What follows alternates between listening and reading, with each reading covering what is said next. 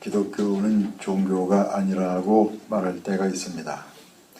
일반적인 의미에선 종교라고 할 수 있지만 다른 종교들과 근본적으로 다른 점이 있기 때문에 기독교는 종교가 아니라고 말하는 겁니다. 그 다른 점에 대해 말씀드리면서 오늘 이 시간을 시작하려고 합니다. 태양은 한여름에 뜨겁게 비추다가 가을이 오고 겨울이 되면 힘을 잃게 됩니다. 한겨울 동지 때에는 태양의 위력이 가장 약해집니다. 그 겨울이 지나고 봄이 오고 또 여름이 오면 태양은 위력을 회복하게 됩니다. 그런 흐름을 따라 절기를 정해서 태양신에게 또 자연의 여러 가지 기념물에게 제사를 드리는 종교가 있습니다. 그렇게 대자연을 숭배하는 종교를 자연종교라고 부릅니다. 대자연의 섭리로부터 신을 생각하는 종교가 자연종교입니다. 꽃이 피고 지고 짐승과 초목이 태어나고 또 죽는 흐름에서 신의 섭리를 생각하는 겁니다. 문명이 발달하기 전에 옛날 사람들은 주로 자연종교를 섬기며 살았습니다. 그보다 한 차원 높은 종교가 있습니다. 인간이 생각하기에 완전하고 영원한 그런 존재를 신이라고 생각하는 종교입니다. 인간의 지식과 철학을 통해서 신을 생각합니다. 물질과 육신은 언젠가 다 썩어져 사라질 것이지만 영원히 변치 않을 정신세계, 이데아의 세계, 그런 것을 신의 세계라고 생각하는 겁니다. 그런 종교를 철학적 종교라고 부를 수 있습니다. 자연 종교는 자연의 흐름을 깊이 관찰한 다음 거기서 얻어낸 가르침을 잘 정리해서 종교로 만들었습니다. 그리고 철학적 종교는 지적으로, 철학적으로 완전한 것을 신의 세계라고 생각한 겁니다. 그렇다면 자연 종교는 피조물의 흐름을 진리라고 생각하는 것이요. 철학적 종교는 인간의 사색과 철학이 만들어낸 종교일 겁니다. 그러니까 자연 종교나 철학의 종교는 기독교와는 전혀 다른 겁니다. 구체적으로 어떤 점에서 기독교가 다른 것인지 이제 그 말씀을 드리려고 합니다. 기독교, 그리스도교는 그리스도로부터 시작된 종교입니다. 예수 그리스도를 통해서 하나님께서 시작하신 종교인 겁니다. 하나님께서는 대자연의 흐름을 통해서 우리를 찾아오신 게 아닙니다. 철학과 지혜를 통해서 찾아오신 것도 아닙니다. 대자연이나 철학이나 모두가 하나님의 손길 안에 들어있는 건 분명합니다. 그렇지만 우리를 구원하시려고 찾아오실 때 하나님께서는 예수 그리스도를 통해서 우리를 찾아오셨습니다. 자연 종교의 신이라면 태양이 강렬한 정오의 하늘에서 자신을 나타내려 할 겁니다. 철학의 신은 완전한 지식과 지혜를 통해서 자신을 나타내려고 할 겁니다. 그런데 예수 그리스도께서는 빛나는 인생을 찾아오신 게 아니고 지혜나 지식이 많은 사람을 찾아오신 것도 아닙니다. 예수 그리스도께서는 우리의 낮고 어두운 삶에 찾아오셔서 우리를 변화시켜서 새롭게 살아가게 하는 방식으로 우리를 구원하십니다. 주로 어렵게 살아가는 그 삶을 찾아오셔서 그 사람을 거듭나게 하시고 그들의 삶을 새롭게 하시면서 우리를 하나님의 나라로 이끌어 가시는 것입니다. 그래서 기독교는 자연 종교가 아니요 철학의 종교도 아닙니다. 그래서 기독교는 삶의 종교요 인생과 역사의 종교라고 부를 수 있는 것입니다. 요즘 우리나라 정치가 좀 부끄러울 정도로 어둡게 보입니다. 얼마 전까지는 경제가 괜찮다 하더니 어느새 다시 어려워진 듯합니다. 인간이 만들어가는 역사는 어느 시대나 별로 다르지 않습니다. 잠시는 밝게 보이지만 어느새 어두워지고 맙니다. 역사가 그렇다면 우리 인생도 마찬가지입니다. 우리 인생 대부분의 시간은 그렇게 찬양할 만하지 않습니다. 잠시 기쁠 때가 있지만 대부분의 시간은 누구에게나 어려운 겁니다. 일시적 풍요를 누리긴 하지만 거의 언제나 메말라 있는 게 우리의 인생입니다. 구약 성경의 그 이스라엘의 역사는 일시적 풍요를 누리긴 했지만 거의 언제나 장기간의 불행이 자리 잡고 있었습니다. 그 장기간의 불행 중에 있는 그 사람들 중에서 하나님께서 누군가를 부르셨습니다. 그리고 약속의 말씀을 주셨습니다. 하나님께서는 깊은 어둠 중에 있는 인간을 찾아오셔서 그들을 하나님의 미래로 이끌어 가십니다. 인간이 생각했던 어두운 미래와는 전혀 다른 하나님의 미래를 향해서 우리 인간을 이끌어 가시는 겁니다.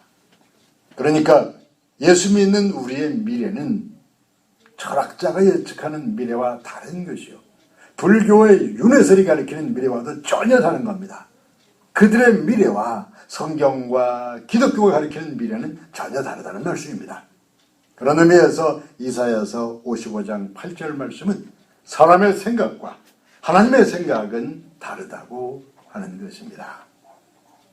자연 종교는 대자연에서 강하고 밝은 뭔가를 내세우면서 이야기를 시작합니다.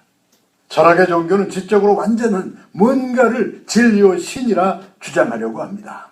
그런데 하나님께서 선택하여 부르신 믿음의 조상 아브라함과 사라는 그 정반대편에 있었습니다.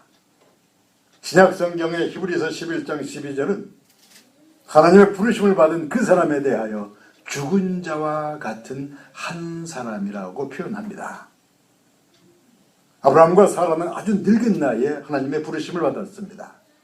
그들이 늙었다는 것은 그냥 신체적 나이만을 의미하지는 않습니다.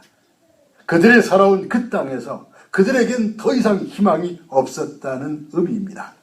그걸 단적으로 표현하는 말씀이 바로 그것입니다. 그들은 늙어서도 자녀가 없었다는 겁니다. 그런데 창세기 11장 마지막 부분 말씀을 보시면 그들의 불행은 단지 아이가 없다는 그것만을 의미하지는 않았습니다. 아브라함의 아버지 데라의 시절부터 그들은 어디론가 떠나고 있었습니다. 데라에게는 아브라함과 나홀과 하란, 그 세 아들이 있는데 하란이라는 아들이 일찍 세상을 떠났습니다. 아브라함은 결혼을 했는데 아이를 낳지 못합니다. 어디론가 떠나는 과정에서 아버지 데라가 세상을 떠났습니다. 그리고 아브라함과 사라는 나이 많은 노인이 되고 말았습니다. 하나님께서는 그런 형편에 있는 아브라함과 사라를 부르셨습니다. 그래서 히브리서 말씀은 그들을 가리켜서 죽은 자와 같은 사람, 죽은 자와 방불한 사람이라고 표현한 겁니다. 하나님께서는 그 죽은 자와 같은 사람을 부르시면서 구원의 역사를 시작하셨습니다. 하나님께서는 슬픔과 비극과 절망을 안고 어디론가 떠나던 죽은 자와 방불한 한 사람 사라, 한 여인 사라를 선택하셨습니다. 그리고 그 사람에게 축복의 미래를 약속하셨습니다. 오늘날 온 세상의 하나님의 백성들은 바로 그 아브라함과 사라의 후손인 것으로 알려져 있습니다. 신약 성경은 일종의 스캔들로부터 시작됩니다. 훌륭한 학자가 볼 때 기록할 가치가 없는 이야기로부터 시작됩니다. 자연 종교에선 거론할 수 없는 이야기입니다. 훌륭한 철학자들을 보기에는 무가치한 이야기로 여길 만한 그런 스캔들로부터 신약 성경이 시작됩니다. 하나님께서는 어둡고 난처한 인간의 이야기로부터 하나님 말씀 신약 성경을 시작하게 하셨습니다. 결혼을 하지 않은 여인이 아기를 잉태했으니 결코 자연스럽지 못합니다. 학자들이 생각하기엔 기록할 가치가 없는 그런 이야기입니다. 그런데 하나님께서는 그런 이야기로부터 신약 성경을 시작하셨습니다. 그런 난처한 스캔들의 주인공 마리아는 예수 그리스도의 어머니가 되었고 온 세상에서 가장 존중받는 여인이 되었습니다. 그런 난처한 이야기로부터 시작된 하나님 말씀을 통해서 오늘날 난처한 상황에서 살아가는 우리 죄인들이 구원받게 되었습니다. 오늘날에도 믿음을 가지기 시작한 사람은 그런 처지에 있는 사람들입니다. 이러지도 못하고 저러지도 못하고 사람에게 호소해도 별 소용이 없는 그런 처지에서 우리는 하나님과 깊은 관계를 맺기 시작하는 것입니다. 신약 성경에서부터 또 구약 성경 전체의 모든 말씀은 주로 그런 내용을 전하고 있습니다. 세상과 자연의 흐름을 따라 생각하면 그 사람들은 버려진 사람들입니다. 더 이상 희망 없는 사람들입니다. 그런 사람들이 성경 말씀의 주인공으로 등장하는 겁니다. 대자연의 흐름은 밝은 아침에 시작해서 해가 지는 어두움으로 끝을 맺습니다. 근데 하나님의 구원 역사는 어둠 속에 있는 인간을 부르셔서 하나님의 미래로 부활의 아침으로 이끌어가는 역사입니다. 성경에 나오는 구원 사건은 모두가 그런 흐름 중에 있는 내용들입니다. 하나님께서는 자연과 세상과 철학의 눈으로 보았을 때 희망 없는 누군가를 먼저 부르셨습니다. 그런 사람에게 말씀을 듣게 하시면서 하나님의 구원 역사를 시작하셨습니다. 세상 사람들이 하나님의 사람을 무시하고 조롱하는 가운데 하나님께서는 그 역사를 진행해 가십니다. 그리고 때가 참에 믿음 없는 사람들은 가을 들판에 가라지처럼 불에 태워지는 것이요, 하나님의 사람들은 하나님 나라의 알곡창고에 들어가게 되는 것입니다. 자연 종교도 철학의 종교도 어느 만큼 지혜를 가르치는 건 분명합니다. 그러나 그런 가르침으로는 구원에 이르지 못하며 하나님 나라에 들어갈 수 없습니다. 그래서 그런 종교들과 기독교는 근본적으로 다른 것입니다. 구원과 진리를 찾는 사람은 성경과 기독교 신앙으로 돌아와야만 하는 것입니다. 구약 성경에 나타난 절기 중에 대표적 절기가 유월절, 오순절, 그리고 장막절입니다. 신약 성경의 최고 절기는 부활절이요 또 성탄절이라 생각됩니다. 그런데 유월절이나 부활절이나 비슷합니다. 그 절기의 이야기들이 텔레비전 드라마로 만들어져서 방송이 된다면 드라마의 주역들 모두가 죽은 자나 마찬가지였던 사람들입니다. 유월절의 주인공은 애굽에 종살이하던 이스라엘 백성들입니다. 그들은 수백 년 동안 노예 생활을 해온 희망 없는 사람들입니다. 그들을 이끌고 출애굽할 모세는 살인자로서 광야로 도피했던 죽은 자나 마찬가지인 사람이었습니다. 하나님께서는 죽은 자와 같은 모세를 지도자로 삼아서 죽은 자와 같은 노예들을 애굽에서 구출하셨으니 그것이 바로 출애굽과 유월절의 드라마인 겁니다. 예수님께서는 모든 사람들이 지켜보는 가운데 재판받고 조롱당하고 채찍질당하고 십자가에 못 박히셨습니다. 그는 죽은 자와 같은 게 아니라 친히 죽으셨습니다. 그런데 죽은 자가 다시 살아나면서 십자가 부활의 복음이 온 세상에 전파되기 시작한 겁니다. 그 죽은 자, 그러나 다시 살아나신 그분을 나의 주님이라고 믿고 고백하며 살아가는 사람들이 우리 기독교인들입니다. 그러니까 그 죽은 자, 그러나 다시 살아나신 분을 믿고 고백하는 우리는 그분이 앞서가신 길을 그대로 걸어가게 될 겁니다. 고린도전서 15장 20절이 이렇게 전하고 있습니다. 그러나 이제 그리스도께서 죽은 자 가운데서 다시 살아나사 잠자는 자들의 첫 열매가 되셨도다. 십자가에 죽으신 그리스도께서 다시 살아나셨으니 그를 믿다가 세상 떠난 그리스도인들도 그처럼 다시 살아나게 될 것입니다. 그리스도가 첫 열매요, 그에 이어서 나타날 열매들이 바로 우리 그리스도인들인 것입니다. 그러니까 우리는 죽어도 다시 살아날 것이요, 죽은 자처럼 보이지만 결코 죽지 않는 것입니다. 그것을 삶으로 표현한 절기가 유월절이요 부활절인 것입니다. 성경의 이야기들은 아주 옛날에 과거에 일어난 이야기들입니다. 그런데 그 이야기들은 우리에게 미래를 가리킵니다. 그 옛날에 일어난 이야기와 비슷한 아니면 똑같은 구원 이야기가 너의 미래에도 주어질 것이다. 그런 믿음을 가지고 너는 앞으로 나아가라. 구원의 이야기를 마음에 품고 앞으로 가는 그 사람의 미래에는 그 이야기와 똑같은 미래가 다가오게 될 겁니다. 그 이야기를 통해서 미래를 바라보는 사람의 미래에는 그 구원의 이야기가 다시 나타나게 되는 것입니다. 하나님은 과거의 하나님이시오, 또한 미래의 하나님이 되시기도 합니다.